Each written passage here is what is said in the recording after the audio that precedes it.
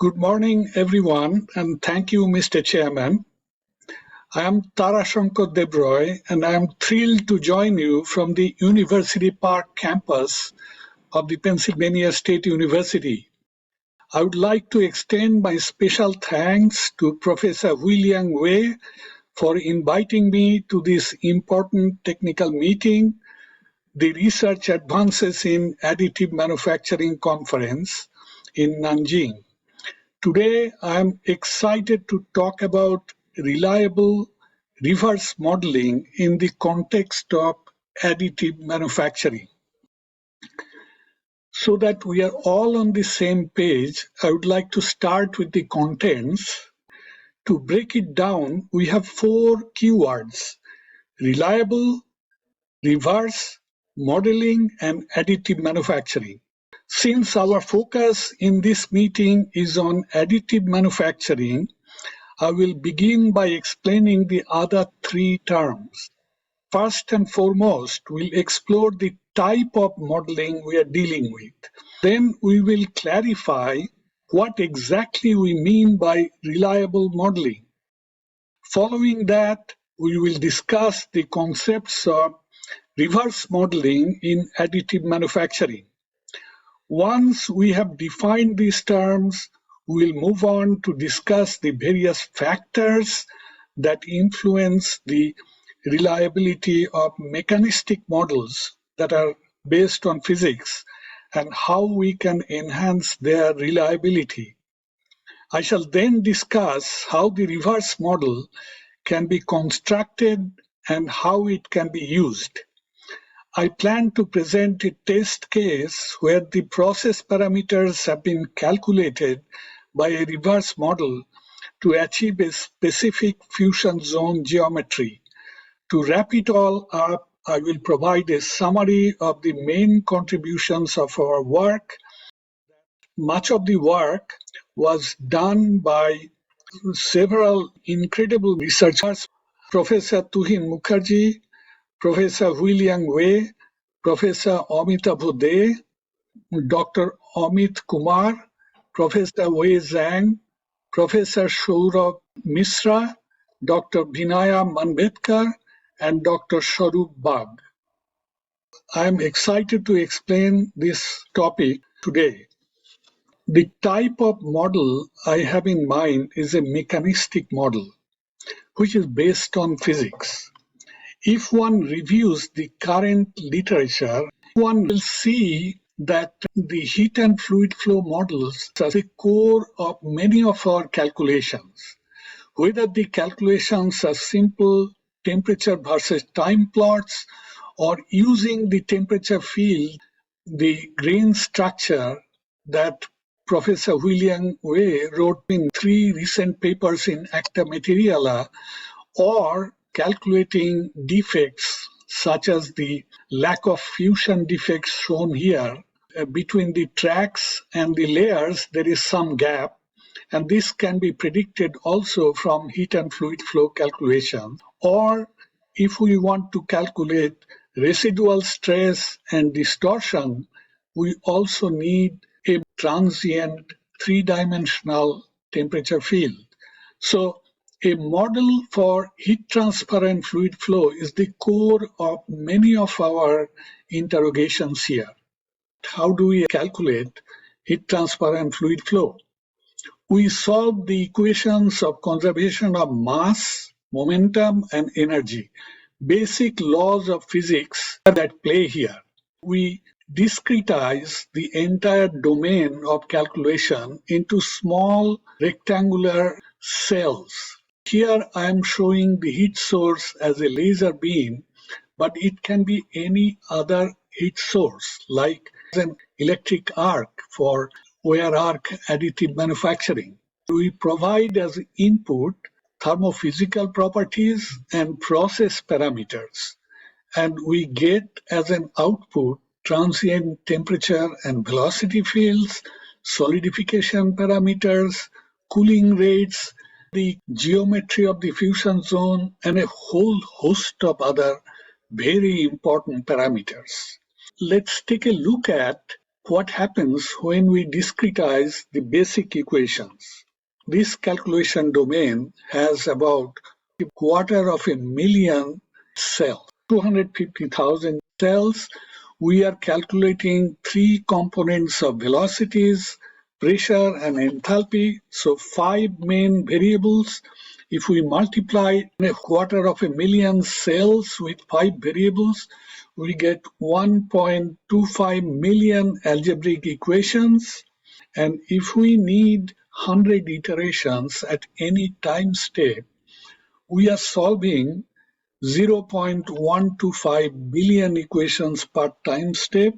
If we do 1,000 time steps, we are doing about 125 billion total equations. So it's computationally intensive and it's going to take quite a bit of time. But in the end, we have all these variables and much more. So it is very worthwhile for us to start here. Typical output I am showing for the heat and fluid flow models for directed energy deposition on the left and powder bed fusion on the right.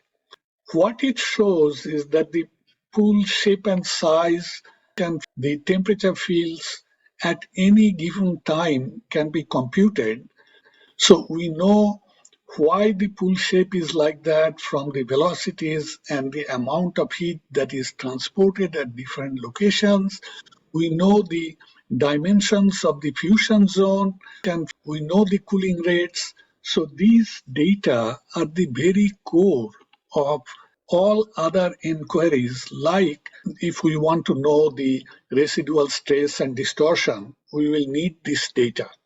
If we compare the powder bed fusion with the directed energy deposition laser and directed energy deposition of gas metal arc, we will find much larger pools. Here this is about 4.3 millimeter, whereas in the case of powder bed fusion laser, it's fraction of a millimeter, 1/3. So the scales are very different here. But in each case, the fusion zone geometry can be predicted by these models.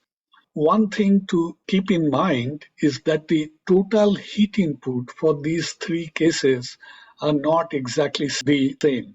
Part of the difference is that per unit length, we are depositing much more heat in the directed energy deposition gas metal arc compared to the powder bed fusion laser.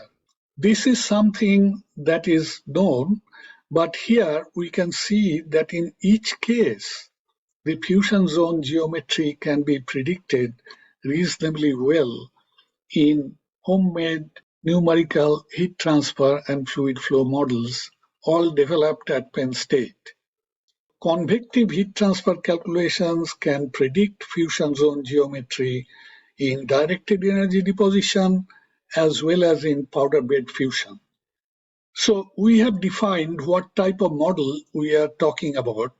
Now the question is, what is reliable?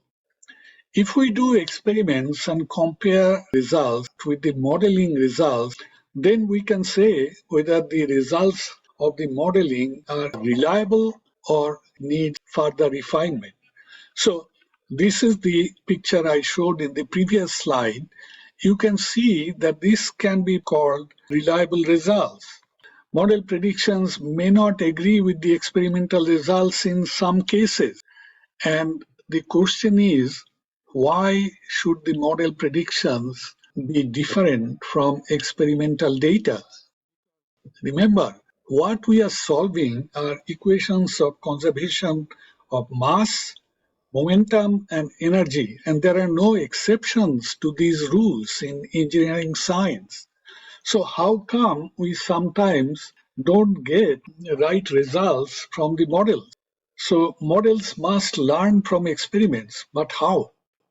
Let's look at why that happens. Remember that the equations of conservation of mass, momentum, and energy are always valid. There are no exceptions to these laws. So how can the solutions be wrong? The Answer to that is that the solution is not wrong, but the input data we are providing to the model is questionable. Not every input data we can provide with absolute confidence. Like I'm showing here, where arc additive manufacturing, current voltage, arc efficiency, arc radius, the effective viscosity of the liquid, the effective thermal conductivity of the liquid. These may be input data, and the ones that are written in green are sometimes not very well known. Arc efficiency is known a rough order of magnitude, but depending on the current, voltage, and other parameters, arc efficiency can vary. Even with arc radius and the distance between the electrode and the substrate, these can be different. So if we don't know those, then of course our results cannot sometimes agree with the experiment. So governing equations are correct and the solution procedures are correct, but not the results because they depend on input parameters. Some of these input parameters are either uncertain or unknown in some cases. So what do we do if they're unknown? So that's something we have to discuss as to how to make the models more reliable, predictions more reliable. And then what is reverse modeling? Engineers adjust the process variables to get a specific geometry or cooling rate or other attributes of the deposit. But then they have to do it many times to get the right geometry, the right cooling rate, and the right temperature. So the model cannot help them in its normal form. When the structure is a forward model, that means you are giving some input and you are getting the geometry, temperature, and so on. What if I know what geometry I want? Can the engineer decide firsthand what inputs should be put in the model? The answer is no, not in the forward model. So we are solving the wrong problem. We are going the wrong way. We need the process parameters, but here in the model, we have to provide the process parameter. Where do we get the process parameters? Do many experiments. That is not a satisfactory solution. There must be a better way. And the better way is going the other way. That means we need to provide in the model what we want, and the model should be able to calculate what current, voltage, and other parameters we must use to get that output. A reverse model can calculate process variables to achieve a specific product attributes such as the geometry, the cooling rate, and other variables. I'm going to show you how we do that. First, the model must be reliable. The output must be reliable. When do we say the output is reliable? When we have computed width to experimental width, that ratio is close to 1. And when the computed depth by experimental depth is close to 1, then we say the model is reliable. So in other words, when this is 1 and that is 1, the value of this objective function is 0. So very small objective function can give us reliable results. Now, how do we do that? We use a genetic algorithm to minimize this objective function. We arbitrarily work up many values of these uncertain parameters and we calculate this objective function. And in every generation, we improve the solution. And the solution we know in this range from previous experience, 1.5 to 2.5 for dimensionless arc radius. Arc efficiency is between zero point 0.5 to 0.8, and effective thermal conductivity and effective viscosity, two parameters we need for numerical solution of heat transfer equations, vary between 1 to 15 in both cases. So we have to do calculations with many combinations of these, and these can be done by a genetic algorithm. This is a recognized technique for objective function minimization. I'm going to show you how that is done in the next slide. Let's say that I take many variables and I keep iterating using the genetic algorithm. The objective function is 0 on the top. You can find a combination of the arc efficiency and arc radius at this point. If you draw a vertical line and drop it on this floor, you will get the values of arc efficiency and the arc radius. Similarly, you can also compute the values of effective viscosity and effective thermal conductivity. Once you get the optimized values, do they work better? I'm going to show you that they do. Like here, I'm plotting dependent variables, that is the ratio of the computed width to experimental width and computed depth to experimental depth, and those ratios are pretty close to 1 for the optimized values of the uncertain parameters.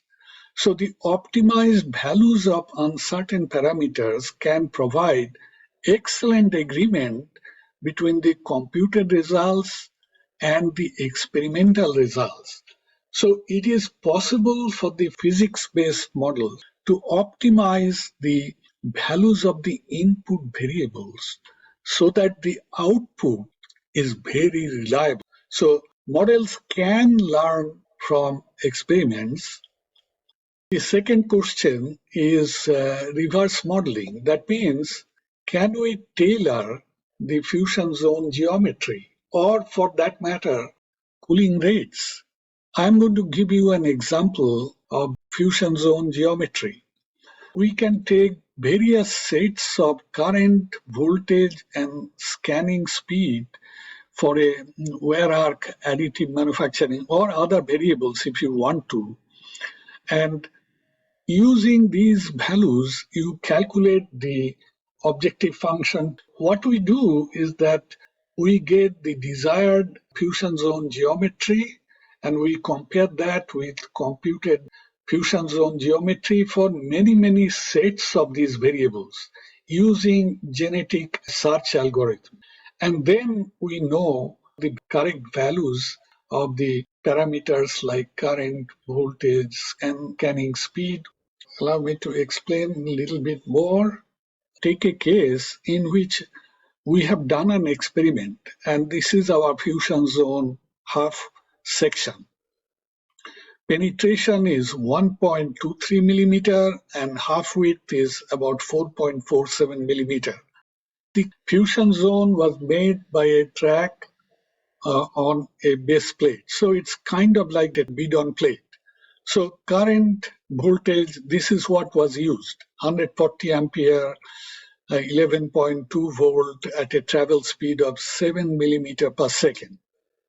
Now I want to know if I can change the current and voltage and travel speed in many combinations and still get the same geometry. In other words, are there multiple solutions? Are there multiple ways of getting this geometry? Again, we do objective function minimization in this case. Width computed minus the width experimental divided by the width experimental square plus the penetration depth computed minus the penetration depth experimental by penetration depth experimental square. This should be very small for the right values of the current, voltage, and scanning speed. Let's see how we do that. We need a particular fusion zone that we have ordered via multiple paths. Variable set 1, 2, 3, 4, 6, 7, and 8 all give the same target fusion zone geometry or cooling rate or other attributes that the engineer prescribes. Somebody from the shop floor tells us what they need The engineer puts that in the computer and the computer gives them all these variable sets. That's the benefit of having a reverse model. So in this case, the experiment that I showed, we will use that to generate these 8 sets of variables. Again, we use a genetic algorithm, and after so many generations, we get the solution, and these are the solutions. So 8 alternative variable sets achieved after 15 generations. So we keep doing iterations and solutions get better. And after 15 iterations, we are satisfied. This surprising result is that this is what we are chasing, right? A depth and width made with 140 ampere and 11.2 volts with a speed of 7 millimeter per second. Look at the variety of currents we can use, ranging from 106 amperes to 166 amperes, voltage ranging from 9.8 volt to 14.4 volts, and scanning speed as low as 4.3 millimeter per second to 9.6 millimeter per second. All of these combinations give us more or less the same geometry. Is that at all possible? So we went back to the lab and did some bead-on-plate experiments, and I'm going to show you that it is not only possible, that's exactly what happens. 134 ampere, 163 ampere, different voltage, different scanning speed, all giving us, if you look at these dimensions, same dimensions, more or less. And 4 more, here they come, ranging from 106 amperes to 166 amperes, because there are many variables, so you can adjust the variable set. The global optimization program does that for us. I have put them here. These are the measured values of experiments. These are the computed values. They are so different in current, voltage, and velocity. So what do we understand from here? The same objective function, the same attribute like a fusion zone geometry can be obtained by very many ways. There is no single solution. There are many optimum values that can provide our target geometry.